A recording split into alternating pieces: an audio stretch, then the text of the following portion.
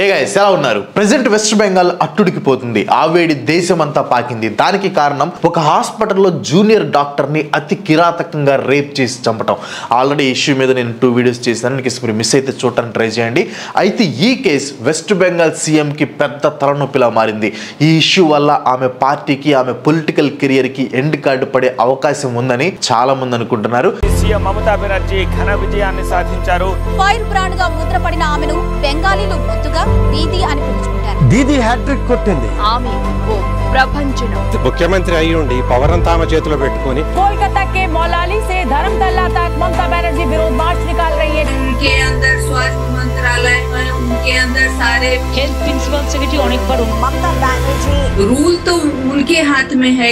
and we will get rid of Mamata Banerjee.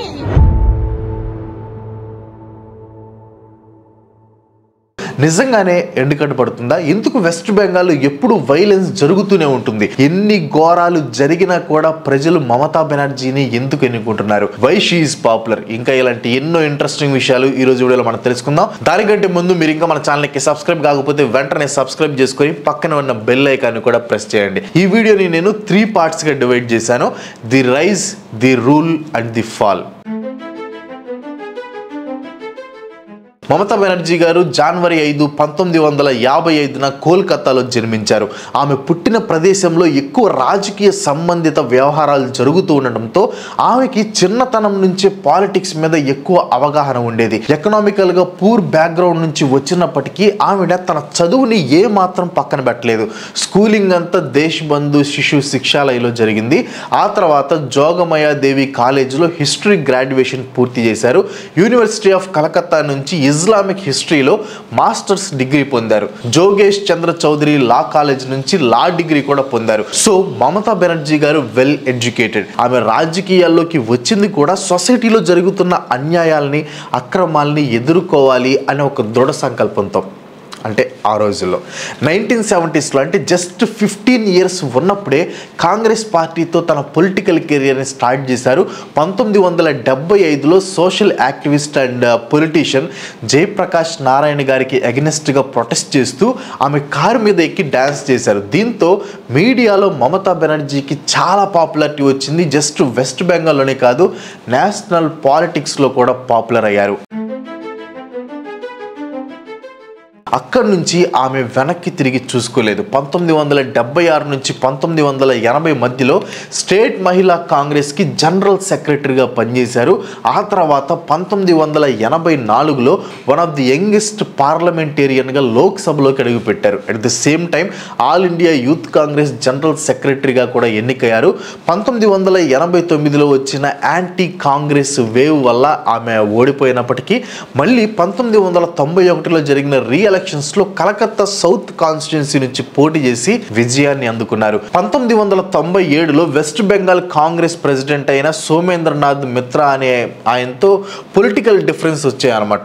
So దానివల్ల Congress party నుంచి బయటకు వచ్చేసి 1998లో ముకుల్ రాయ్తో కలిసి తృణమూల్ కాంగ్రెస్ పార్టీని స్థాపించారు. వెస్ట్ బెంగాల్లోని సిపిఎం పతనానికి మూల కారణమయ్యారు. పార్టీ స్థాపించిన కొత్తలో చాలా ఎదురు దెబ్బలు, గొడవలు, అల్లర్లు చూసినా కూడా వెనకడుగు వేయకుండా పోరాడింది. అలా చేసిన ఈ పోరాటంలో పై చేయి సాధించింది. 2011 వెస్ట్ బెంగాల్లో జరిగిన లెజిస్లేటివ్ అసెంబ్లీ ఎలక్షన్స్లో 34 సంవత్సరాలు పాలించిన సిపిఎం పార్టీని ఓడించి ఆల్ ఇండియా తృణమూల్ కాంగ్రెస్ పార్టీని రూలింగ్ లోకి వచ్చేలా చేసింది. వెస్ట్ బెంగాల్కి ఫస్ట్ చీఫ్ మినిస్టర్ అయ్యారు. అప్పటి నుంచి ఇప్పటి వరకు ఆమె 3 సార్లు చీఫ్ మినిస్టర్ అయ్యారు. 13 సంవత్సరాలుగా వెస్ట్ బెంగాల్ని రూల్ చేస్తూనే ఉన్నారు. 2011లో టీఎంసీ ఓట్ షేర్ వచ్చేసి 38.93% అండ్ 2016లో 44.91% అంటే పెరిగింది. 2021లో 48.02% అంటే మళ్ళీ పెరిగింది. All India average GDP growth rate కంటే West Bengal GDP growth rate చాలా తక్కువ ఉంది. And NCRB national crime records bureau report ప్రకారం crime rate against women national average 65.4% ఉంటే West Bengal crime rate against women 71.8% ఉంది. Huge difference. ఎకనామిక్గా అంత గ్రోత్ లేకపోయినా వైలెన్స్ పెరుగుతున్నా మమతా బెనర్జీ పాపులారిటీ మాత్రం తగ్గట్లేదు. వై? మీరు లీడర్ సినిమా చూస్తే దాంట్లో ఒక మంచి సీన్ ఉంటుంది. సమాధానాలు అడిగి వినే తీరిక ఎవరికి ఉందయ్యా? వాడు కష్టపడి పనిచేసి చికెన్ బిర్యానీ తెచ్చుకుంటాడు. వాడి దగ్గర చికెన్ ముక్క లాక్కున్నాం అనుకో, అన్నంలో పప్పు కలుపుకొని తింటాడు. పప్పు లాక్కున్నాం అనుకో, చారు కలుపుకొని తింటాడు. అన్నమే లాక్కున్నాం అనుకో, వాడు కంగారు పడి అటు ఇటు చూస్తాడు. అప్పుడు మనం రైస్ ఫ్రీ అనాలి. వాడు ఎగిరి గెంతేసి పనిని చికెన్ బిర్యానీని మర్చిపోయి మన దగ్గర బానిసలాగా పడుతుంటాడు. ఎగ్జాక్ట్లీ ఇదే మమతా బెనర్జీ గారు కూడా ఫాలో అవుతున్నారు. ఇప్పుడు స్టేట్ లో సరైన ఇండస్ట్రీస్ లేకపోతే జనాలకి జాబ్స్ అండ్ మనీ ఉండదు కదా. అవి లేకపోతే జనాలు ఎందుకు ఓటేస్తారు? సో వాళ్ళని తృప్తిపరిచి ఓట్స్ సంపాదించాలంటే పొలిటీషియన్స్ దగ్గర ఉండే పదునైన ఆయుధం వెల్ఫేర్ స్కీమ్స్. ఫార్మర్స్కి ఆర్థిక సాయం చేయటం, స్కాలర్షిప్లు ఇవ్వటం, సబ్సిడీ లోన్స్ ఇవ్వటం, ఆడపిల్లల ఎడ్యుకేషన్కి డబ్బులు ఇవ్వటం, ఇలా చాలా రకాల వెల్ఫేర్ స్కీమ్స్ ఉన్నాయి. అఫ్కోర్స్ ప్రతి స్టేట్లో కూడా ఉంటాయి. జనాలకి ఇలా వెల్ఫేర్ స్కీమ్స్ అందుతుంటే కంపల్సరీ గవర్నమెంట్కి లాయల్గా ఉంటారు.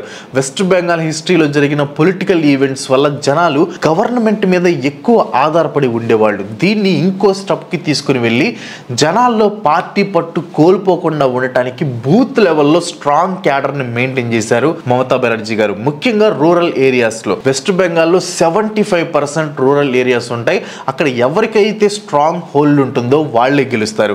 ఆ రూరల్ ఏరియాస్లో గ్రౌండ్ లెవెల్ నుంచి టీఎంసీకి మంచి పట్టుంది. టీఎంసీ పార్టీ వర్కర్స్ కూడా పార్టీకి చాలా కట్టుబడి ఉంటారు. అంతేకాదు చాలా పెద్ద నెట్వర్కే ఉంది. దాని గురించి మనం డీప్గా వెళ్తే పెద్ద వీడియోనే చేయొచ్చు. అండ్ నెక్స్ట్ వెస్ట్ బెంగాల్లో 30% దాకా ముస్లిం ఓటర్స్ ఉన్నారు. వాళ్ళంతా మమతా బెనర్జీ గారికి సపోర్ట్. ఈవెన్ వేరే పార్టీలో ఉన్న స్ట్రాంగ్ ముస్లిం లీడర్స్ని కూడా తన పార్టీలోకి తీసుకుంటుంది. ఉమెన్ ఓటర్స్లో కూడా మమతా బెనర్జీ గారికి ఫుల్ పాపులారిటీ ఉంది. కానీ ప్రెసెంట్ ఆ పాపులారిటీ తగ్గుతుంది. వెస్ట్ బెంగాల్ ఆడవాళ్ళకి మమతా బెనర్జీ మీద నమ్మకం చిన్నగా తగ్గిపోతుంది. వెస్ట్ బెంగాల్లో ఆడవాళ్ళ మీద జరుగుతున్న ఘోరాలు పెరుగుతూ పోవటం డైరెక్ట్గా మమతా బెనర్జీ గారి పాపులారిటీని దెబ్బతీస్తుంది. నెక్స్ట్ ఫాల్ పార్ట్లోకి వెళ్లే ముందు అసలు వెస్ట్ బెంగాల్లో ఎందుకు ఎక్కువ వైలెన్స్ జరుగుతుందో తెలుసుకుందాం. అప్పుడే మనకి నెక్స్ట్ పార్ట్ బాగా అర్థమవుతుంది. మీరు గమనిస్తే వెస్ట్ బెంగాల్లో ఎప్పుడు ఎలక్షన్స్ జరిగినా కానీ ఖచ్చితంగా గొడవలు జరుగుతాయి. ఖచ్చితంగా కొంతమంది చచ్చిపోతారు కూడా. ఈవెన్ పొలిటికల్ వైలెన్స్ లో వెస్ట్ బెంగాలే number 1. Armed conflict location and event data project అనే అమెరికా ఎన్జిఓ ఉంది. ఈ ఎన్జిఓ రిపోర్ట్ ప్రకారం 2016 నుంచి 2023 మధ్యలో 3338 పొలిటికల్ వైలెన్స్ ఇన్సిడెంట్స్ జరిగాయంట వెస్ట్ బెంగాల్లో. ఈ పొలిటికల్ వైలెన్స్ మనకి అర్థం కావాలంటే మనం బ్రిటిషర్స్ టైంకి వెళ్ళాలి. ఆ టైంలోనే కలకత్తాలో తెల్లదొరల మీద తిరుగుబాటు ఒక రేంజ్లో ఉండేది. డిఫరెంట్ రెబల్ గ్రూప్స్గా ఫామ్ అయ్యి బ్రిటిష్ వాళ్ళ మీద తిరుగుబాటు చేసేవాళ్ళు. సుభాష్ చంద్రబోస్ గారితో పాటు చాలా మంది స్వాతంత్ర సమర యోధులు బెంగాల్ నుంచి ఉన్నారు. అప్పుడు గొడవలంటే స్వాతంత్రం కోసం జరిగేవి, అవి టోటలీ డిఫరెంట్. బట్ ఇప్పుడు జరిగేవి డిఫరెంట్. స్వాతంత్రం వచ్చాక కూడా ఈ వైలెన్స్ తాలూకా భావజాలాలు కంటిన్యూ అయ్యాయి. ఈవెన్ 1970s వరకు బెంగాల్లో కమ్యూనిస్ట్ రూల్ ఉండేది. 1960sలోనే ఈ పొలిటికల్ వైలెన్స్లు స్టార్ట్ అయ్యాయి. అప్పుడు కాంగ్రెస్ పవర్లో ఉండేది. కాంగ్రెస్కి అపోజిషన్గా సిపిఎం వచ్చింది. ఆ రెండు పార్టీ వర్కర్స్ మధ్యలో గొడవలు చాలా కామన్గా జరిగేవి. 1977 వరకు కాంగ్రెస్ అధికారంలో ఉంది. ఆ తర్వాత లెఫ్ట్ పార్టీ అయిన సిపిఎం పవర్లోకి వచ్చింది. పవర్లోకి వచ్చిన సిపిఎం అర్థం చేసుకున్న విషయం ఏంటంటే జమీందార్స్ అండ్ పెద్ద పెద్ద వాళ్ళు కాంగ్రెస్తో ఉన్నారు. సో వీళ్ళు ఏం చేశారంటే విలేజ్ లెవెల్లో వాళ్ళ పార్టీని స్ట్రాంగ్ చేశారు. పంచాయతీస్కి పవర్ ఉండేలా చేశారు. దీని కారణంగానే 3 దశాబ్దాల పాటు పవర్ సిపిఎం చేతిలో ఉంది. దీనివల్ల కొన్ని డెసిషన్స్ విలేజ్ లెవెల్లో తీసుకునే అవకాశం ఉంటుంది. అట్ ద సేమ్ టైం ఇది లోకల్ వైలెన్స్ కి దారితీస్తుంది. బెంగాల్లో ఏ పార్టీ అధికారంలో ఉంటే ఆ పార్టీది మొత్తం హవా. ఏ పని జరగాలన్నా పార్టీ పర్మిషన్ ఉండాలి. పవర్ లో ఉండటానికి పార్టీలు వైలెన్స్ ని వాడుకునేవాళ్ళు.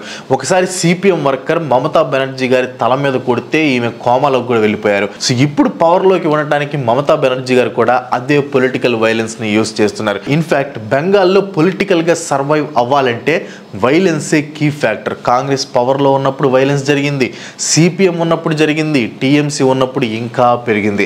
యాక్చువల్గా ఈ వైలెన్స్ టాపిక్ ఇంకా డీప్గా వెళ్తే దీంట్లో చాలా ఉంది. బట్ ఈ టాపిక్లో మనకు అంత డీప్గా అవసరం లేదు కాబట్టి నేను మీకు బ్రీఫ్గా ఎక్స్ప్లెయిన్ చేశాను.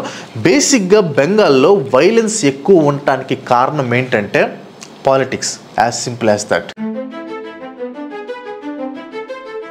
మార్చి 15, 2007 నందిగ్రామ్లో జరిగిన పోలీస్ ఫైరింగ్లో 14 మంది చనిపోయారు. ఈ అల్లర్లు వెస్ట్ బెంగాల్ అంతా వ్యాపించాయి. ఈ సిరీస్ ఆఫ్ ఇన్సిడెంట్స్ వల్ల 2011లో లెఫ్ట్ గవర్నమెంట్ సిపిఎం భూస్థాపితం అయిపోయింది. దెన్ టీఎంసీ పవర్లోకి వచ్చింది. టీఎంసీ వచ్చాక ఆ డోస్ ఇంకా పెరిగింది, కొత్త ఫార్మ్స్లోకి డెవలప్ అయింది. అపోజిషన్ని తొక్కేయటం, వెల్ఫేర్ స్కీమ్స్ రావాలంటే కమిషన్ తీసుకోవటం, ఎవరైనా వాయిస్ రేస్ చేస్తే పోలీస్ పవర్తో వాళ్ళ నోరు మూయించడం, ఇలా చాలా జరిగాయి. మనందరికీ బాగా తెలుసు, ఎలక్షన్స్ టైంలో సెంట్రల్ గవర్నమెంట్లో ఉన్న BJP party non BJP states మీద సిబిఐ అండ్ ఈడీ దాడులు చేయించింది. అలాగే వెస్ట్ బెంగాల్లో కూడా సిబిఐ అండ్ ఈడీ వాళ్ళ పని మొదలు పెట్టారు. Education scam, recruitment scam, coal and sand mafia scam, cattle smuggling scam and వీటితో పాటు రేషన్ స్కామ్ ని ఇన్వెస్టిగేట్ చేయటం మొదలు పెట్టారు. ఈ రేషన్ స్కామ్ లో మెయిన్ తలకాయ వచ్చేసి జ్యోతి ప్రియ మాలిక్ అనమాట. ఈ స్కామ్ చాలా సింపుల్. ఫర్ ఎగ్జాంపుల్, గవర్నమెంట్ ఒక కేజీ రైస్ ఇచ్చింది అనుకోండి, ఆ కేజీ రైస్ ని ప్రజలకు ఇవ్వాలి. కానీ వీళ్ళు ఏం చేసేవాళ్ళంటే ఆ కేజీలో ఒక 200 గ్రామ్స్ సైడ్ చేసి మిగతా 800 గ్రామ్స్ మాత్రమే ప్రజలకు ఇచ్చేవాళ్ళు. ఈ సైడ్ చేసిన 200 గ్రాములని ఓపెన్ మార్కెట్లో అమ్మేసేవాళ్ళు అనమాట. నేను చెప్పింది విన్నాక మీకు చాలా సింపుల్గా అనిపించింది కదా, బట్ ఇది 10 సంవత్సరాలుగా జరుగుతుంది. అండ్ ఈ స్కామ్ విలువ 20,000 కోట్లు. ఈ స్కామ్లో షేక్ షాజహాన్ అనే అతని పేరు కూడా ఉంది. అతను ఇంట్రాగేట్ చేయడానికి ఈ సెంట్రల్ ఏజెన్సీ వాళ్ళు సందేశ్ ఖాళీ అనే ప్లేస్కి వెళ్ళారనమాట. వాళ్ళు అలా వెళ్ళారో లేదో వేల మంది జనం ఈ సెంట్రల్ ఏజెన్సీ వాళ్ళని తరిమి కొట్టారు. ఇదేందయ్యా ఇది అని మమతా గవర్నమెంట్ని అడిగితే, మేమేం చేస్తాం, షాజహాన్ ఫాలోయింగ్ అలాంటిది, మరి జనాలు చేసిన దానికి మేమేం చేస్తాం అని ఆన్సర్ ఇచ్చారు. ఆ ఏరియాలో షేక్ షాజహాన్ అనేవాడు ఒక కింగ్, ఒక బాహుబలి అనమాట. ఒక పక్క జనాలకి హెల్ప్ చేస్తున్నట్లు కటింగ్ ఇస్తూ ఇంకో పక్క వాళ్ళని స్కామ్ చేస్తూ ఉంటాడు. ఎవడైనా ఎక్కువ మాట్లాడితే ఇంకా మరణమే. తర్వాత మనోడు అక్కడి నుంచి నైస్గా ఎస్కేప్ అయిపోయాడు. ఇంతవరకు ఓకే, ఇది పెద్ద సెన్సేషన్ ఏం కాదు. బట్ ఒక సెన్సేషనల్ న్యూస్ బయటకు వచ్చింది. సందేశ్ ఖాళీలో ఉండే ఆడవాళ్ళు టీఎంసీ పార్టీ లీడర్స్ మమ్మల్ని సెక్స్ బొమ్మల్లాగా వాడుకుంటున్నారు అని ఆరోపణలు చేశారు. ఈ గ్రామానికి చెందిన ఒక మహిళ తనపై శారీరక దాడులు జరిగాయని, తనను రేప్ చేశారని పోలీస్ స్టేషన్లో 8 ఫిబ్రవరి 2024 కంప్లైంట్ ఇచ్చింది. ఆ కేసులో 2 టీఎంసీ లీడర్స్ పేర్లు బయటకు వచ్చాయి, ఉత్తమ్ సర్దార్ అండ్ హజ్రా. వీళ్ళిద్దరూ షేక్ షాజహాన్ కి కుడి భుజం లాంటి వాళ్ళు, బాగా క్లోజ్. ఈ కేసుని ఇంకా స్ట్రాంగ్ చేస్తూ హజ్రా అనే అతనిపై ఫిబ్రవరి 10, 2024 రెండో ఎఫ్ఐఆర్ ఫైల్ అయింది. ఇతను ఆడవారిపై శారీరక దాడులు చేస్తాడని ముందు నుంచి ఆరోపణలు ఉన్నాయి. ఇంకో 3 లేడీస్ వచ్చి టీఎంసీ లీడర్స్ మీద కంప్లైంట్ ఇచ్చారు. వీళ్ళు నైట్ ఆడవాళ్ళని పార్టీ ఆఫీస్కి పిలిచి గన్స్తో బెదిరించి మరీ సెక్షువల్గా ఎక్స్ప్లాయిట్ చేసేవాళ్ళంట. వాళ్ళని పంపకపోతే వాళ్ళ హస్బెండ్స్ని, పిల్లల్ని కూడా కొట్టేవాళ్ళంట. పోలీస్ స్టేషన్లో కంప్లైంట్ ఇద్దామంటే పోలీసులు కూడా షాజహాన్కి ఫుల్ సపోర్ట్. అక్కడ ఆడవాళ్ళంతా కలిసి ఫుల్గా ప్రొటెస్టులు చేశారు. దీంతో ఈ కేసు నేషనల్ వైడ్ గా సెన్సేషన్ అయింది. వెస్ట్ బెంగాల్ ని ఎప్పటి నుంచో ఏలాలి అనుకుంటున్న బీజేపీకి ఈ సందేశ్ ఖాళీ ఇన్సిడెంట్ మంచి ఆపర్చునిటీ లాగా కనిపించింది. దట్టు ఈ కేసులో బీజేపీకి బాగా ఇష్టమైన ఎలిమెంట్ ఒకటి ఉంది, అదే షేక్ షాజహాన్ ముస్లిం. అండ్ ఆ ముస్లింని కాపాడుతుంది సీఎం మమతా బెనర్జీ. సో షేక్ షాజహాన్ అనే ముస్లిం లీడర్ హిందూ ఆడవాళ్ళని రేప్ చేస్తున్నాడు అనే యాంగిల్లో ఈ కేసుని ముందుకు తీసుకెళ్లారు, which is true. Mamata Bandyopadhyay is known for the genocide of Hindus. That she will now allow her men to pick out Hindu young married women to be raped night after night in the TMC office. And Mamata బెనర్జీకి women vote share ఎక్కువ. So BJP పవర్లోకి రావాలంటే ఆ women vote షేర్ని తమ వైపు తిప్పుకోవాలి. దానికి సందేశ్ ఖాళీ ఇష్యూ కంటే బెస్ట్ ఛాన్స్ ఇంకోటి ఉండదు. బట్ ఇక్కడ కామెడీ ఏంటంటే సందేశ్ ఖాళీలో జనాలు షాజహాన్ మీద ఎంత కోపంగా ఉన్నా కానీ వాళ్ళు మమతా బెనర్జీకి ఫుల్ సపోర్ట్. ఎందుకు తెలుసా, వాళ్ళ దృష్టిలో ఈ విషయాలు మమతా బెనర్జీ గారికి తెలియదు, తెలిస్తే ఇంత దూరం రానిచ్చేది కాదు అని వాళ్ళ నమ్మకం. మరి మమతా బెనర్జీ గారి మ్యానిపులేషన్ ఆ రేంజ్ లో ఉండిద్ది. మరి తర్వాత మమతా బెనర్జీ గారు తన పార్టీ అఫీషియల్స్ ని పంపి అక్కడ ఏం జరగలేదు అని క్లీన్ చీట్ ఇచ్చేలా చేసింది. వెస్ట్ బెంగాల్ పోలీసులు కూడా అక్కడ ఏం రేప్ జరగలేదు, ఫేక్ న్యూస్లు స్ప్రెడ్ చేస్తే యాక్షన్ తీసుకుంటాం అని వార్నింగ్ కూడా ఇచ్చారు. తర్వాత ఈ కేసులో షేక్ షాజహాన్ రైట్ హ్యాండ్స్ ఇద్దరిని పోలీసులు అరెస్ట్ చేశారు. 55 రోజులు పరారీలో ఉన్న షేక్ షాజహాన్ ని కూడా పోలీసులు అరెస్ట్ చేశారు. తర్వాత మమతా బెనర్జీ గారు ఆర్ఎస్ఎస్ వాళ్ళు కావాలని సందేశ్ ఖాళీలోకి చొరబడి మైనార్టీస్ ని రెచ్చగొడుతున్నారు ఉన్నారు అని నైస్గా మొత్తం అడి తిప్పేశారు అనమాట. యాజ్ ఎ రిజల్ట్ 2019లో 22 సీట్లు గెలిచిన టీఎంసీ 2024లో 29 సీట్లు గెలిచింది. అంటే సందేశ్ ఖాళీ ఇన్సిడెంట్ మమతా పొలిటికల్ కెరియర్ మీద పెద్ద ప్రభావం చూపలేదు. అయితే ఇప్పుడు రీసెంట్గా జరిగిన కోల్కతా డాక్టర్ ఇన్సిడెంట్ అండ్ చాలా కాలంగా వెస్ట్ బెంగాల్లో ఆడవారి మీద జరుగుతున్న ఘోరాలు మమతా బెనర్జీ గారి పొలిటికల్ కెరియర్ని ఇంపాక్ట్ చేసే అవకాశం చాలా ఉంది. Mamata Banerjee major vote banks women and Muslims. West బెంగాల్లో టీఎంసీకి ఆపోజిషన్ లో ఉంది బీజేపీ. ముస్లిం ఓటర్స్ బీజేపీకి మోస్ట్లీ ఓటేయరు. అంటే అసలు వేరని కాదు, majority of Muslim oats Mamata Banerjee గారికి పడతాయి. ఇంకా ఉమెన్ ఓట్ షేర్ విషయానికి వస్తే ఈసారి ఈ ఓట్ తగ్గే ఛాన్స్ చాలా ఎక్కువ కనిపిస్తుంది. ఇన్ఫ్యాక్ట్ వెస్ట్ బెంగాల్ ప్రజలు ఈ వైలెన్స్తో విసిగిపోయి ఉన్నారు. కానీ మమతా బెనర్జీ గారిని తక్కువ అంచనా వేయడానికి లేదు. 15 సంవత్సరాలకే పొలిటికల్ కెరియర్ని స్టార్ట్ చేస్తుంది. సో ఎత్తుకు పై ఎత్తు వేయటం బాగా తెలిసిన పొలిటీషియన్. బట్ ఈసారి అయితే ఈ కోల్కతా ఇన్సిడెంట్ ఇంపాక్ట్ బాగానే ఉండబోతుంది. టీఎంసీ గవర్నమెంట్లో ఆడవాళ్ళకి భద్రత లేదు అనే పాయింట్ని బీజేపీ బలంగా జనాల్లోకి తీసుకెళ్లే ప్రయత్నం చేస్తుంది. బీజేపీ ఆ వాయిస్ని ఇంకా గట్టిగా జనాల్లోకి తీసుకెళ్తే ఉమెన్ ఓట్ షేర్ మమతాకి తగ్గే ఛాన్స్ ఉంది. అండ్ మీడియాలో కూడా ఆమెకి వ్యతిరేకంగా చాలానే కథనాలు వస్తున్నాయి. కొన్ని ఛానల్స్ లో అయితే ఈ ఎమర్జెన్సీ సిచ్యువేషన్ లో వెస్ట్ బెంగాల్లో ప్రెసిడెంట్ రూల్ ని ఇంప్లిమెంట్ చేయాలి అని చాలా మంది కోరుతున్నారు కూడా. ఈ సిచ్యువేషన్ ఇలానే కంటిన్యూ అయితే మాత్రం మమతా బెనర్జీ డౌన్ ఫాల్ తప్పదు. మీకేమనిపిస్తుంది? ఈసారి మమతా బెనర్జీ గారు మళ్ళీ సీఎం అవుతారా లేదా ఆమె పొలిటికల్ కెరియర్ కి ఫుల్ స్టాప్ పడుతుందా? కింద ఖచ్చితంగా కామెంట్ చేయండి. అండ్ ఈ వీడియో మీకు అనిపించిందా కింద కామెంట్ లో చెప్పండి. వీడియో నచ్చితే లైక్ కొట్టి మీ ఫ్రెండ్స్ అండ్ ఫ్యామిలీకి షేర్ చేయండి. ఇలాంటి వీడియోస్ మన నాకు సపోర్ట్ చేయాలనుకుంటే వెంటనే మన ఛానల్కి సబ్స్క్రైబ్ చేసుకోండి. ఇంకో మంచి మళ్ళీ కలుసుకుందాం. సెలవు. Bye bye.